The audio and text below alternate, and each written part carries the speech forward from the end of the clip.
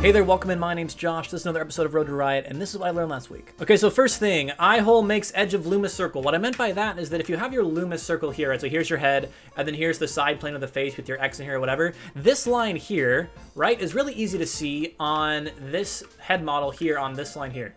Super, super easy, right? And if you can see, I can just draw down the line here. You can already kind of see how that fits in, right? See that overlap? So the thing that I got with that was that this skull hole where the eye actually sits inside, it like coincides with that side plane of the face. And if you put your fingers up to your temples, off to the sides, like where your eyebrows are, you feel it where the very edge of your eyebrow starts to turn to in like the side of your head. So that was just helpful for like mental mapping like the face. Okay, next, two triangles under the eyes. Yeah, pretty much looks like this, simplified. And those are pretty much just like your cheekbones, essentially. And you can see them here on this, and that was just helping with symmetry because these models are not perfectly symmetrical. See how this side doesn't have as many polygons as this side. So seeing that the triangle is here also shows me that the other triangle is probably somewhere around in like here. So again, more just like mental map stuff. Okay, this is the big one. So anime eye size, they're about from the tip of the nose to the bottom lip. And what I did was I would take references from art that I liked and I would trace them so I could see it in my own handwriting, and then I would study their proportions, right? So about the width from, or the height from the top of the eye to the bottom of the eye is about the same from the nose to the bottom lip. You can see that here. So around this distance here is about the same as this distance here, right? And that's the ratio that I realized. So from here to here is also about from here to here. So just another more ratio. So this week was a lot of ratios. Okay, another ratio. The anime head size is that it's pretty much all cranium, top of the head, and just a tiny little jaw at the bottom.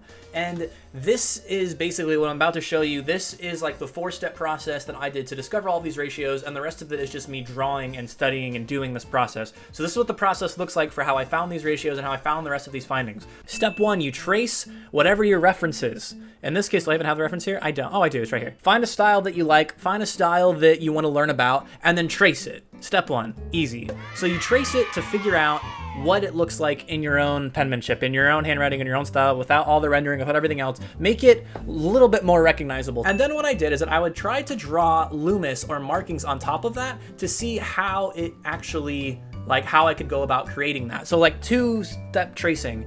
And then after I do my second form of tracing here, I see, all right, okay, so you have a really big circle and then your jawline is actually pretty small. Like it's actually really not that big. And if you notice the mouth here for this style, for this chibi proportion, is right about at the bottom of the circle, and then the nose is a little bit higher. And then you have your, your cute like blush marks. That's right here at the intersection on the bottom of the circle before you get to the jaw. So then what I would do is I would start from scratch and I would try to recreate it. So I draw my own Loomis, draw my own jaw, do my own different studies. This was my first attempt right here. So your second one on your own tends to be kind of sucky. Your third one is a little bit less sucky, and the biggest lesson I learned from this was that chibis are often more like squashed and fat, and already just by doing that without redrawing anything, it already looks a little bit cuter. So I redid it and just squashed her and cleaned some lines up, and then this is what I got from my study at the end of it, and also helped me with ratios at the end. So then I just applied this study method to recreate characters that I liked. So here's Jiro, right? And then of course you get your reference, you do those same 4 steps as I did up here, and then you just keep going and going until you get something that you like. So I did Jiro, I did Uraka, I did King Explosion Murder, and then I did another study for Naruto. Same thing. Take these 3, find a style that you like, trace it, draw Loomis on top of it, and then I tried to recreate Sakura from scratch. So this was first attempt, second attempt, third attempt, and then fourth, right? So 2-step tracing. Trace it for like the whole thing, and then draw the Loomis on top of it, on top of your tracing, and then try to start from scratch from there. So you have like 2-step prequel to actually try to learn effectively and figure out what those ratios actually are. So then fitting into that, the rest of these findings are just based off of those ratio studies. So the inside versus outside of the eye angle shows tilt and perspective. So basically what I was trying to communicate here is that see how this one starts up here and it lowers down here? Like the angle of the eye shows tilt. And then also eye distance is really, really important. Like if something looks off, it could be just that your eyes are too far apart or not far apart enough. And the general rule of thumb, as most people probably know, is that you want to have a third eye in between your 2 eyes. The distance between the circle and the chin is a good ratio to keep in mind. Yep, I was talking about before here, like how much is this space here from the bottom of the circle to the bottom of the chin. That determines a lot. And if you're doing chibi cute stuff, you're not going to have very much of a chin at all. The chin, so that being said, the chin is super small. Eyes are slightly above the lower circle line. You can see that here in this Naruto trace. And then the ears are small as well. Another exercise that I do that helps is to draw purely from imagination. But a big caveat with that is I think that drawing from imagination is really overhyped. I think a lot of people put too much emphasis and value on that because drawing from pure imagination with no reference is like an endgame boss level skill that you get eventually over years and years of practice as you increase your mental library. So I think that drawing from imagination is just something that comes passively along with the other drills, and just don't fixate on that. But it's still a good exercise to show like just how much information you're retaining from your drills. So I did this at the beginning of the week, and you can see I started over here with this one, and then I would go through and I would just identify first what I think needs to be fixed, make a note of them, and then test to see if those fixes actually made it look better. So this is from changing the jaw, moving the jaw, moving the eye back, and then giving him a chin. So you can see I gave him a chin, I put the jaw down a little bit, I made it less of a steep of a line, I moved the eye back. So I look at number 2 and I say, well, now what do I think will make it look better? And I think, well, I think if I make the jaw longer and I squish up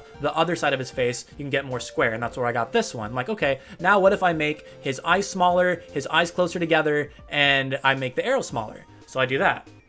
And just step until you get to here, right? And that just keeps going until you are content with the final output with whatever you think. This was in the beginning of the week. If I were to look at this, number 6 now, I would think that his chin is too long because I'm trying to go for a more cute style. This is a more realistic proportion face. I would want to squish this down a little bit and make him look a little bit cuter. So I would probably do a number 7 if I was continuing this exercise. And then for the final bit that I wanted to say this week is that this piece here, done using the same steps that I talked about before, meant a lot to me because I drew this last night, actually, before I recorded this, and it was the first time I was able to sit down and draw for fun for the first time in like 10 years. That's why it says 10 years later, and it's literal because I mentioned this on Instagram, so I'll just be really quick here. But basically, I got bullied out of doing art because I was using references, and people were putting too much emphasis on only drawing from imagination and doing stuff like this, right? And when they found out I was doing references, doing studies, I got a bunch of crap for it, and I ended up just kind of getting insecure, didn't have anybody to tell me, you know, anything otherwise. So I just stopped drawing art until I picked it up again after I graduated college, like 6 years later. And then for the past 4 years that I've been doing art, it was just a bunch of grinding, and I was awful and terrible, and there was a lot of stress involved. And last night was the first time I was able to sit down and actually draw art for fun, for like its own sake, and actually enjoy it. So this piece is going to be really special to me. Not necessarily just because of like the subject material or how good I rendered it, but just like the fact that I had fun drawing this for its own sake, and it came out at a level that I'm happy with, at least now. And it's just like it's like a new beginning. It's like a new start for me, of actually being able to enjoy art, and not let the haters win, even though it took me like 10 years. But hey, better late than never, right? So if you're getting crap for using references, tell them to blow out their butt. That's stupid. Use your references. You learn faster that way anyway. But yeah, here's to improving. Here's to learning more methods of learning. Next week, I think I'm probably going to be doing more of the same, doing more face stuff. I might get into facial expressions and nuance that way and try to figure out the line between realistic facial expressions and then stylized expressions and exaggeration. So that's probably next week. Not sure though. Anyway, thanks for watching. Thanks for the support. If you want to follow me on Twitch and hang out with me on Twitch, I do this live there in the mornings. You can do that. If not, no worries. I'll post them here for you on YouTube. Thanks for watching. See you next time.